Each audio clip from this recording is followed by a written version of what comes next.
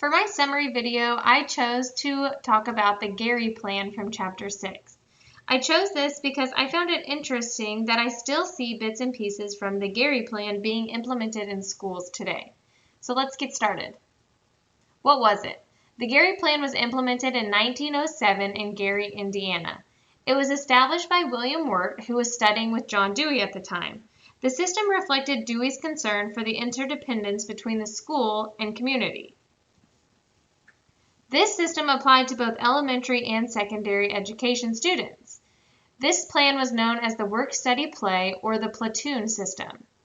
To break that down further, students were split into two platoons. Platoon 1 in the morning would be working on academics such as math, science, reading, writing, social studies, the things that we do in our everyday curriculum. In the afternoon, however, they would be working on physical, manual, music pursuits, or vocational training. Platoon 2 would then switch and do the opposite in the morning.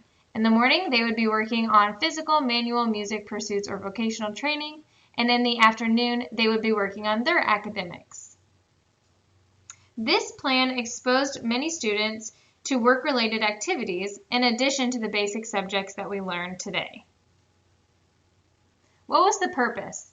The purpose was to create and maximize the intellectual, social, physical, and cultural abilities of the child. The purpose was to make the most efficient use of time in the schools.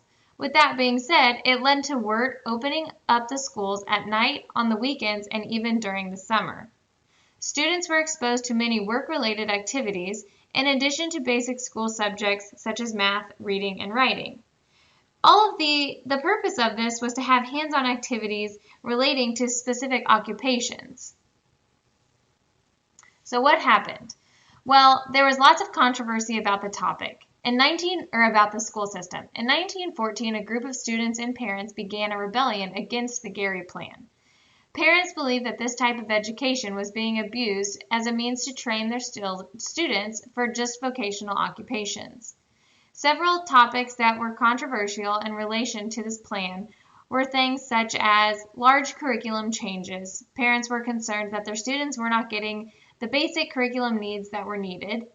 There were lots of high costs for new equipment in the vocational areas. And there was additional teaching time needed, as well as a lot of time taken from students to be in the building. Last but not least was the stifle social mobility, limiting students on what they could and were willing to do in the future.